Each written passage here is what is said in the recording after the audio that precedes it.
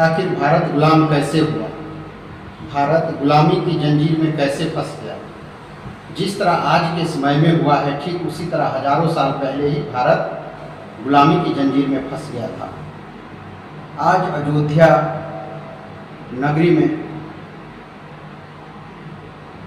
प्रधानमंत्री ने हजारों करोड़ों रुपया से हवाई अड्डा बनाया, वहाँ की रोड सड़कें बनाई और 2024 का जो इलेक्शन था, एमपी का इलेक्शन, जिसमें से वहीं अयोध्या से ही हार गए, अयोध्या की इलेक्शन हार गए।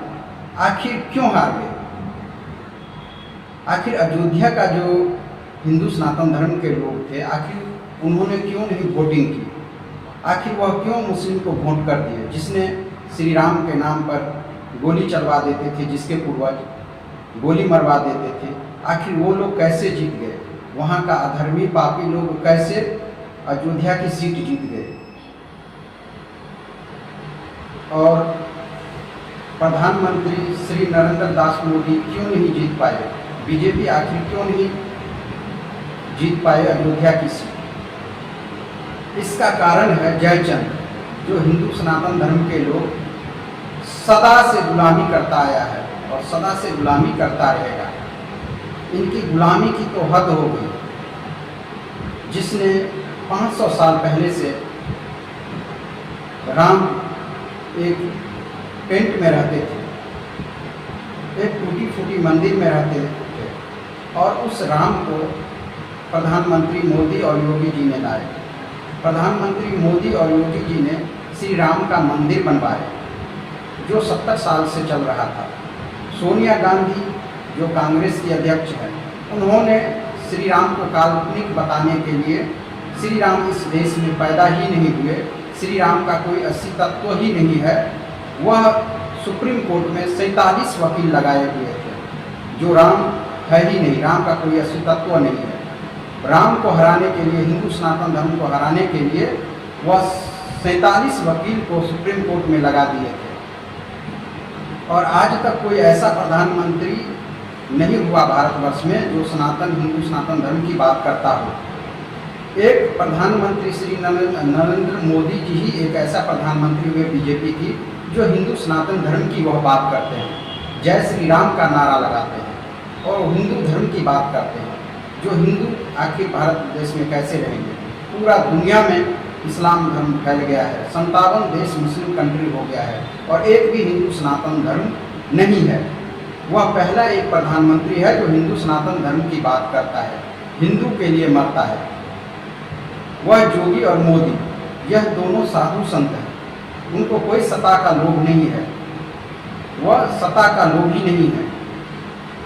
वह हिंदू सनातन धर्म के लिए जी रहे हैं, और हिंदू सनातन धर्म के लोग जयचंद, जो धोखेबाज हैं, जो नमक हरामी करते हैं, जिन्हें सही और गलत का पता नहीं है कि वोट हम कहाँ करें, जिसने भगवान राम को 500 वर्षों के बाद यहाँ लाए हैं और सुप्रीम कोर्ट से केस जीत कर राम मंदिर को बनाए हैं, और वहाँ की जनता ने ऐसा गद्दारी, ऐसा नमक हरामी किया है, वहाँ का जनता को कभी भगवान राम माफ़ नहीं करेंगे, और हिंदू सनातन धर्म उनको कभी नहीं माफ़ करेंगे। अयोध्या वासियों, हिंदुओं को कभी नहीं माफ़ करेंगे, क्योंकि इनका हजारों साल से यही रहा है।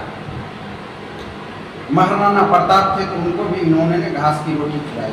वो तो शुक्र है कि भगवान राम जब लंका पर चढ़ाई किए तो अयोध्या वासी को लेकर नहीं गए, नहीं तो अयोध्या वासी सोने की लंका को देखकर पक्षपाती कर लेता और उनके साथ समझौता कर लेता, श्रीलंका के साथ, रावण के साथ समझौता कर लेता और श्री राम को छोड़ देते।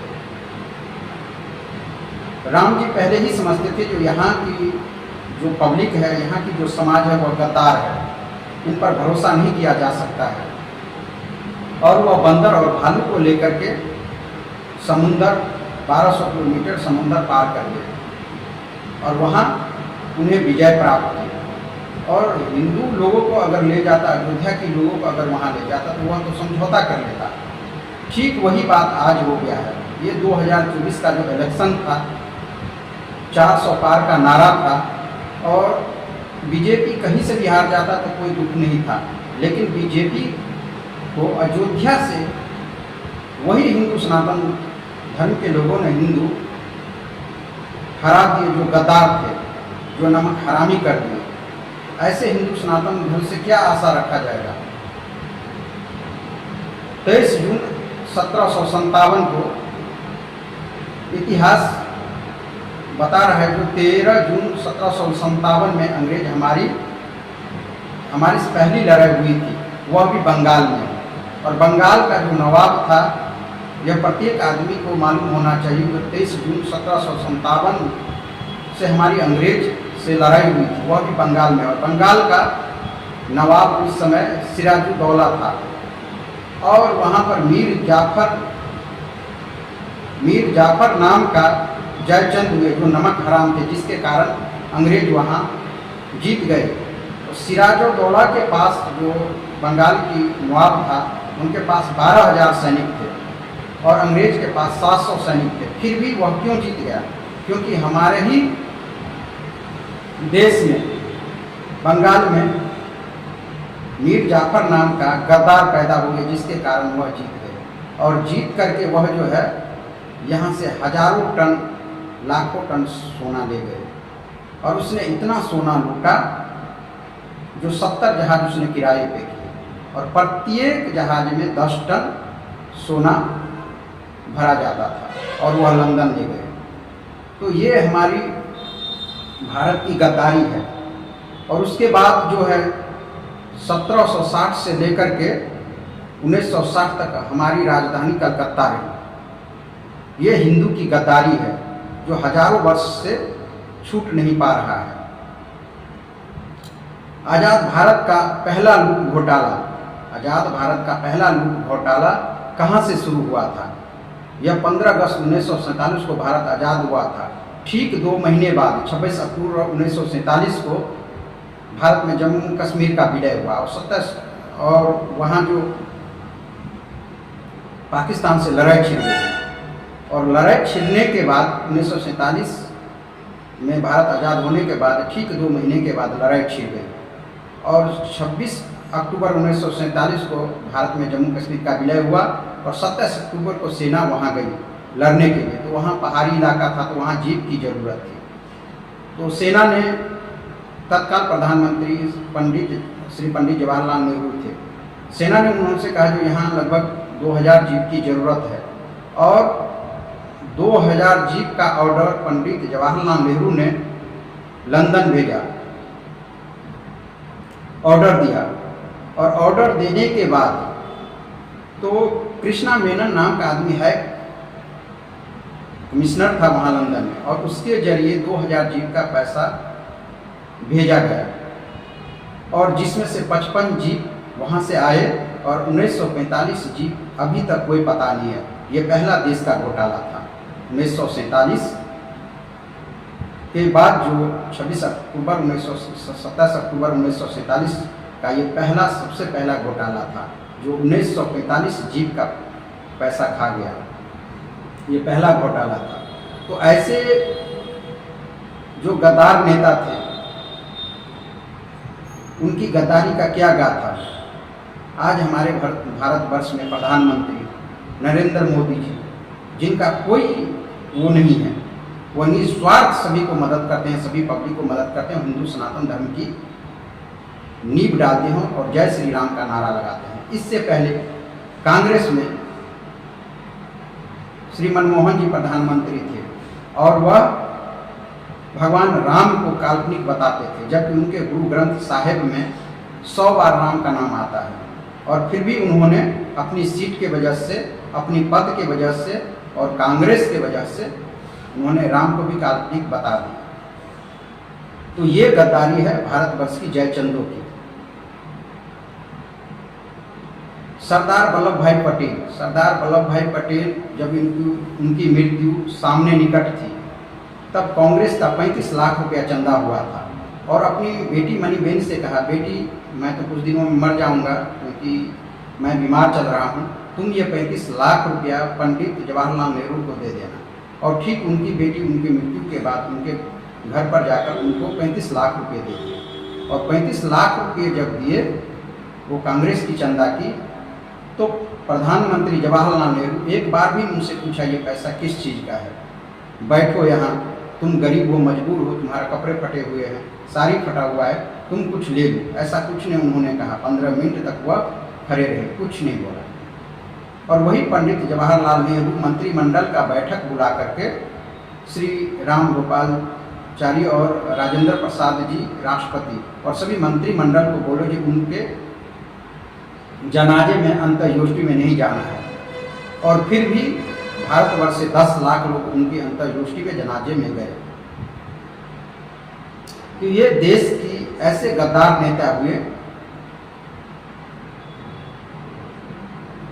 और हमारे देश में सरदार वल्लभ भाई पटेल एक ईमानदार नेता थे। ठीक उसी तरह लाल बहादुर शास्त्री जब अपने ऑफिस से जब आए तो उनके बेटे ने सरकारी कार से 14 किलोमीटर ड्राइवर के साथ तय किए, घूमने फिरने चले गए थे। जब पिताजी ने पूछा कहाँ गए थे तो बोला मैं कहीं घूमने के लिए गया। वहाँ तो कितने किलोमीटर गाड़ी चलाए? तो उन्होंने 14 किलोमीटर का। 14 किलोमीटर का जितना भी पैसा लगता है वो सरकारी कोष में जमा कर दें, क्योंकि वह सरकार की कार है और सरकारी कोष में वह पैसा जमा होना चाहिए। ये देखिए उनकी ईमानदारी का। ऐसे ईमानदार नेता भारत में होना चाहिए। चीन की एक सचिव भारत आए और भारत में देखिए जो यहाँ की बहू बेटियाँ खेत खलिहान में लाखों रुपये का सोना पहन के घूम रहे हैं, जा रहे हैं, जंगलों में जा रहे हैं, लकड़ी काट रहे हैं और कोई गुंडा, कोई डाकू का कोई डर नहीं है, कोई भय नहीं है। तो उन्होंने सोचा कि यहाँ का प्रधानमंत्री कौन है, उनसे जाकर मिले। तो वह जाकर राज दरबार गए और राज दरबार गए तो सिपाहियों से कहा कि यहाँ का प्रधानमंत्री कौन है? तो बोले आचार्य चाणक्य है। तो कहा मैं उनसे मिलना चाहता हूँ। ठीक है चलिए। तो जंगल के रास्ते ले जाने लगे। तो सचिव जो थे चीन का, उन्होंने कहा कि जंगल के रास्ते से क्यों ले जा रहे हो, महल में ले चलो ना, प्रधानमंत्री का तो महल होगा। उन्होंने कहा नहीं चलिए। तो उसके बाद जो ले गए तो वह किसी नदी के किनारे में ले गए। वहाँ उनका झोपड़ी था, मगध में उनका नदी के किनारे एक झोपड़ी था, उसमें वह रहते थे। और वहाँ जब गए तो आचार्य चाणक्य को प्रणाम किए, कहा कि आप चंद्रगुप्त मौर्य की राजा की प्रधानमंत्री हैं, आप ये बताइए जो आप ये झोपड़ी में क्यों रहते हैं? तो उन्हें बहुत ही सुंदर जवाब दिए आचार्य चाणक्य ने, जो अगर प्रधानमंत्री झोपड़ी में रहेंगे तभी ना प्रजा महलों में रहेंगे। तो हर प्रधानमंत्री को निस्वार्थ होना चाहिए, तभी उनका प्रजा में खुशी रहेगा। और उनके पास दिए जल रहे थे आचार्य चाणक्य के पास, और कुछ हुआ राजकोष की काम कर रहे थे, राज दरबार की। जब राज दरबार की काम खत्म हो गया तो वह दिया को बंद कर दिया और दूसरा घर का दिया जलाया। तब वो सचिव ने पूछा चीन की, जो आखिर आपने इतना अच्छा रोशनी दे रहा तो उसको बंद करके आप दूसरा दिया क्यों जलाया? तो आचार्य चाणक्य ने बहुत ही खूबसूरत जवाब दिया कि जब तक मैं राज्य को उस राज दरबार का काम कर रहा था तब तक मैंने राज दरबार की दिया जलाए, उनकी तेल को खपत की। अब आपस में हम दोनों पर्सनल बात करेंगे तो पर्सनल अपना घर का दिया जलाएंगे। इससे वह अचंभित रह गए चीन की राजा जो, देखिए जिस देश का ऐसा प्रधानमंत्री हो उस देश का तो भला ही भला होगा, उस देश का तो कोई बर्बाद नहीं कर सकता है। वह देश अच्छा देश होगा। उस देश की क्या कहें जो यहाँ की बहू बेटियाँ भी जंगल में लकड़ी काटने जाती है, खेत खलिहान में भोजन लेकर जाती हैं, लाखों रुपया की गहना पहनकर, उनको कोई दिक्कत नहीं है, कोई किसी चीज़ का भय नहीं है। तो प्रधानमंत्री ऐसा होना चाहिए। ठीक उसी तरह प्रधानमंत्री अभी 2024 में श्री नरेंद्र दामोदर दास मोदी जी जो अभी प्रधानमंत्री हो, जो निस्वार्थ हिंदू सनातन धर्म की बात करते हैं और निस्वार्थ सभी लोगों की सेवा करते हैं और घर घर जाकर सभी से, हर जिले हर कस्बे में जाकर के वो पब्लिक से डायरेक्ट बात करते हैं, सभी की समस्या को सुनते हैं। ऐसा प्रधानमंत्री आज तक 70 साल में पहली बार उदय हुआ। ऐसा प्रधानमंत्री आज तक नहीं आया था जो हिंदू सनातन धर्म की बात करता हो, हिंदू तत्व की बात करता हो, भगवान राम की बात करता हो, हिंदू 33 करोड़ देवी देवता की बात करता हो। पहला ये प्रधानमंत्री है जो सत्य की बात करता है और निस्वार्थ बात करता है, उनको कोई नहीं पद से लेना देना है। अगर योगी और मोदी नहीं होते तो राम का मंदिर कभी नहीं बनते। और जिन्होंने श्री राम के नाम पर गोली चलवा दी, कारपेंटरों पर गोली चलवा दी और श्री राम के नाम का नारा लगाते ही गोली मरवा देते थे, आज वही हिंदू उन जयचंदों को वोट दिए, उन गद्दारों नेताओं को वोट देकर जिताए हैं। वही बंगाल में अभी ममता बनर्जी मुख्यमंत्री है, वहाँ पर जय श्री राम के नारे लगाने पर वह गोली चलवा देती है, मरवा देती है, और उनको वहाँ की पब्लिक ने, जनता ने उनको जितवाया है। तो यह देश गद्दारों की रहा है। यहाँ जितने भी हिंदू सनातन धर्म के लोग हैं, यह गद्दार है। यह कुछ ही रुपयों में अपने आप को बांट देते हैं, और बंटते हैं तो ये कटते हैं और मारे जाते हैं। इनमें एकता नहीं। कहने की तो ये बोलते हैं कि मैं 80% हूँ, मैं 80% हूँ, लेकिन यह 20% भी नहीं है, क्योंकि इनका जो विचार है यह गंदा हो चुका है। यह मंत्रा की बात पर चलता है, यह सपने की बात पर चलता है, यह सही लोगों से विचार नहीं लेता। भगवान कृष्ण जैसे से विचार नहीं लेता, ये भगवान राम जैसे आदर्शवादी से यह विचार नहीं लेते, यह साधु संत से विचार नहीं लेते, यह गलत लोगों सुकनी जैसे से विचार लेते हैं, यह मंत्रा जैसे से विचार लेकर के अपना धर्म को, अपने हिंदू तत्ववादी को नष्ट कर रहे हैं। इन्हें इजराइल देश की तरह होना चाहिए। अपने धर्म की रक्षा करने के लिए दूसरे को गला काट देना चाहिए। आत्मा रक्षितो धर्म। अगर आपके पास धर्म नहीं होगा तो कल तो आपके कपड़े नोच लिए जाएंगे, इज्जत नोच लिए जाएंगे। आप क्या करेंगे? अगर आपके पास धर्म नहीं है तो पैसा किस काम का, आपका मकान किस काम का, आपका खेत खलिहान किस काम का, आपके रुपये किस काम के? अगर धर्म नहीं रहेगा तो आपके रुपये छीन लिए जाएंगे, आपका मकान छीन लिए जाएंगे, आपके शरीर पर जो वस्त्र है वो छीन लिए जाएंगे, आपकी रोटी छीन लिए जाएंगे, और आपको नंगा भेज दिया जाएगा या आपको मार दिया जाएगा। इसलिए धर्म रहना जरूरी है। अगर धर्म नहीं है तो आप बेलगाम हैं, बिना लगाम का घोड़ा है, आप नहंगरा हैं, आपके पास कुछ असली तत्व नहीं है। इसलिए धर्म की रक्षा करो। धर्म है तो रोटी भी है, कपड़ा भी है और मकान भी है। अगर धर्म नहीं रहेगा तो आप कहाँ भागते जाइएगा? इसी तरह आपने 57 देश से भागते भागते थक चुके और आप मारे गए। अब आप कहाँ तक भागिएगा? आपके पास तो जगह भी नहीं है भागने का। आप अपना धर्म की रक्षा कीजिए। आप हिंदू तत्ववादी नेता को वोट कीजिए और उनको जिताइए। अगर आप हिंदू तत्ववादी नेता को वोट देकर आप नहीं जिताएंगे तो आप किसे जिताएंगे? मुस्लिम को जिताएंगे? वह तो आपकी शरीर की खाल खींच लेगा, क्योंकि आज से 1400 वर्ष पहले का उनका इतिहास है। अंग्रेजों का और मुस्लिमों का इतिहास रहा है। तो इसलिए आप अपना बहन बेटियों की, अपनी घर परिवार को रक्षा कीजिए और वोट को सही जगह डालिए, ताकि आपकी देश की रक्षा हो। नहीं तो आपकी देश का रक्षा नहीं हो सकता। अगर कांग्रेस की राज अगर 2024 में हो जाता, अगर कांग्रेस की प्रधानमंत्री बनता, तो वही राम मंदिर तोड़ना चालू हो जाता, उस पर आतंकवादी हमले होने चालू हो जाते, उग्रवादी उस पर हमला कर देता, वहीं के लोग वहाँ पर हमला करके राम मंदिर को तोड़ देते। इसीलिए आप कभी भी वोट उसको, कांग्रेस को ना करें। कांग्रेस एक अंग्रेज है, कांग्रेस किसी का भी नहीं है। वह अपना काम बनाने के लिए किसी को भी प्रधानमंत्री बना सकते हैं तत्काल, और फिर 2-4 महीने के लिए उस पद से गिरा सकते हैं। ये कांग्रेस की नीति बहुत पहले से रहा है। इसलिए कभी भी कांग्रेस को वोट ना करें, अपनी हिंदू तत्ववादी नेता को वोट करें और बीजेपी को वोट करें, क्योंकि बीजेपी एक ऐसे हैं जो 370 को हटाए। दूसरा किसी नेता में दम नहीं था जो 370 को हटा सकते थे और राम मंदिर को बना सकते थे। और जिसने राम मंदिर को बनाया, आप उसी को हरा दिए। आप ऐसा गद्दार न बने जो कल आपको मरना पड़ जाए, आपका गला काटना पड़ जाए, आपकी बहू बेटियों की इज्जत लूट ले। क्योंकि अगर आप आज नहीं सुधरे तो कल आपके बाल बच्चा, बेटे पोते बेमौत मारे जाएंगे। क्योंकि इतिहास साक्षी है। आपको इतिहास पढ़ना चाहिए। आप इतिहास पढ़ना चालू कर दीजिए। आप जयचंद मत बनिए। आप हिंदू के नाम पर कलंक मत बनिए। हिंदू के नाम पर आप जो है कलंक मत बनिए और गद्दार मत बनिए। अपने हिंदू की रक्षा करिए। अगर आप हिंदू तत्ववादी नेता को वोट नहीं करते हैं तो आपके बच्चा केरला, बंगाल, कलकत्ता, दिल्ली, जयपुर, राजस्थान, मद्रास, जहाँ तहाँ भारतवर्ष के कोने कोने में पैसे कमाने के लिए, नौकरी करने के लिए जाते हैं। आपका बच्चा वापस घूम कर नहीं आ पाएगा उस रास्ते से। जिस रास्ते से गया है। क्योंकि भारतवर्ष का प्रधानमंत्री अगर अच्छे होंगे, हिंदुत्ववादी होंगे, सनातन धर्म के होंगे, तभी आपका बच्चा का रक्षा होगा। नहीं तो वो रास्ते ही में काट दिए जाएंगे, जहाँ है वही मारे जाएंगे। इसलिए आप हिंदू तत्ववादी नेता को वोट करें और प्रधानमंत्री मोदी को वोट लगातार करते रहे और अपने धर्म की रक्षा के लिए दूसरे को गला भी काट दें। अगर आप ऐसा नहीं करेंगे तो वह आपको मार देंगे।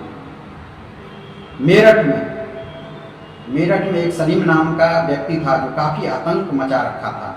मेरठ में सलीम नाम का व्यक्ति काफ़ी आतंकवादी मचा रखा। उन्होंने कई हिंदुओं को मार डाला, कई हिंदुओं को समाप्त कर दिया। और मेरठ में कुछ लाला टाइप के लोग थे जो शांति की बात करते थे उनके साथ, जो शांति रहिए, शांति से जीवन जिए। और उन्हीं लाला लोगों को दुकान में बंद करके उनको सूअर की तरह भून दिए गए, उनको बकरी खसी की तरह भून करके उसके दुकान में रख दिए गए। जब 2-3 दिन बाद शेटर को पुलिस प्रशासन ने खोला तो देखा उन लोगों के तो शरीर में आग लगाकर भून दिया गया है। तो आप शांति की बात करते हैं और वही क्रांतिकारी लोगों ने 70 मूल्यों को काट दिए। क्योंकि क्रांतिकारी लोग एक सिनेमा हॉल से निकले और 70 मूल्यों को गर्दन काट कर बराबर कर दिए। क्यों कर दिए? कि वो क्रांतिकारी लोग थे। अगर आपके गर्दन पर तलवार रख दिया जाएगा, आप शांति की बात करिएगा? नहीं, कर कबूल इस्लाम, नहीं तो गर्दन काटी जाएगी। आप अपना इतिहास को पीछे मुड़कर देखिए ना, जो 14 साल से क्या चल रहा है। आप अपना इतिहास को नहीं पढ़ते हैं और दोष देते हैं हिंदू तत्ववादी नेता को। आप अपने हिंदू सनातन धर्म को नहीं जान पा रहे हैं, जो 450 अरब वर्ष पहले का सूर्य, ग्रह, नक्षत्र 25 लाख साल पहले हमारा गंगा आसमान से धरती पर आए। हमारा युधिष्ठिर संवत 5500 वर्ष का है। 2081 हमारा विक्रम संवत है। 450 अरब वर्ष हमारा ब्रह्म संवत है। हमें अपना धर्म का रक्षा करना चाहिए। हम क्यों आके भगवान पे ही टिके रहते हैं, जो भगवान आएंगे हमको बचाएंगे? हम अपना धर्म का रक्षा स्वयं कर सकते हैं। हमारे पास हाथ पैर, भगवान हाथ पाँव मुँह हाथ दिया हुआ है, हथियार दिया हुआ है। हम अपना धर्म का रक्षा स्वयं करेंगे। सभी घरों में गीता और रामायण को रखना चाहिए। सभी घर में अपने अपने घर में गीता रामायण को अपने बच्चे को पढ़वाए, तभी आपका धर्म बच सकता है, नहीं तो आपका धर्म नहीं बचेगा। तो सभी सनातन धर्म को अपने धर्म की रक्षा करना चाहिए, अपने बाल बच्चा की रक्षा करें, अपने घर में हथियार जरूर रखें, अपने अपने घर में जरूर रखें, ताकि समय आने पर आप लड़ सकें। अपने अपने घर में तलवार जरूर रखें, भाला ग्रांस जरूर रखें, ताकि समय आने पर आपको ढूंढना ना पड़े और समय आने पर अपना जान की रक्षा करने के लिए आप उसका बलिदान करें। आत्मा रक्षितो धर्म, शास्त्र ने कहा है आत्मा रक्षितो धर्म। अपना आत्मा को बचाने के लिए दूसरों को गला भी काट सकते हैं। सठ्य साठ्यम समाचरेत। आप अहिंसा परमो धर्म पर चलिएगा तो आपका जीवन नहीं चलेगा। अहिंसा परमो धर्म, गांधी जी ने अहिंसा परमो धर्म का पाठ सिखाया। लेकिन अगर आपके गला पर कोई तलवार रख देगा तो अहिंसा परमो धर्म पर चलिएगा, तब हिंसा तथैव च, तब आप उसका गला, उससे काटने से पहले उसका गला आप काट दीजिए, तभी आप बच पाएंगे। भगवान कृष्ण ने यही बताया अर्जुन को महाभारत में। तुम नहीं अर्जुन मारोगे तो तुम्हें वह मार देंगे, इसलिए तुम पहले इसे मारो। और वही हुआ। तो भगवान कृष्ण की रास्ते पे चलना होगा। तो आशा करता हूँ ये वीडियो आप सभी लोगों को बहुत ही अच्छे लगे होंगे। आप अपना इतिहास को पढ़ें, अपने घर में रामायण और गीता को जरूर सभी बच्चों को पढ़ाएं और आवाज़ उठाए। जो सभी स्कूल कॉलेज में गीता और रामायण को विषय बनाए, सभी स्कूल कॉलेज में गीता रामायण को पढ़ाया जाए। ऐसा सभी लोग हिंदू सनातन धर्म आवाज़ उठाए। चुप न रहे। चुप रहने से आप पर अत्याचार होगा और आप पर अत्याचार सदा से हो रहा है। आप चुप न रहें, सदा सत्य बोलो और अपने धर्म को बचाने के लिए दूसरे को गला काट दे। यही आपके लिए धर्म होगा। किसी को मारना भी धर्म है, अपने आत्मा का रक्षा करना भी धर्म है। अगर आप ऐसा नहीं करते हैं तो आप मारे जाएंगे, आपकी बाल बच्चा, आपकी आने वाला नस्ल बर्बाद हो जाएगा। फिर आप हिंदू सनातन धर्म का नाम का कोई नहीं रहेगा। तो धन्यवाद दोस्तों। भगवान कृष्ण राम आप पर कृपा करें, आपकी इस हिंदू सनातन धर्म की रक्षा करें और हमारे देश में प्रधानमंत्री लगातार योगी मोदी जी बने रहे और बीजेपी को हमेशा सपोर्ट करें, क्योंकि यह आचार्य चाणक्य की देश है। ये अशोक सम्राट की देश है, वीर शिवाजी की देश है, महाराणा प्रताप की देश है, यह पृथ्वीराज चौहान की देश है, यह वीर शिवाजी की देश है, झांसी रानी की देश है, भगवान कृष्ण राम की देश है, आदिशक्ति भगवती की देश है। तो आप सभी लोग अपना धर्म पर जरूर फॉलोअप करें और गीता रामायण को अपने अपने घर में जरूर रखें। धन्यवाद। भगवान राम आप पर कृपा बरसाए रखे, आपकी रक्षा करे, आपकी जय हो। सभी हिंदू सनातन धर्म की जय हो। हर हर महादेव, जय माँ भवानी।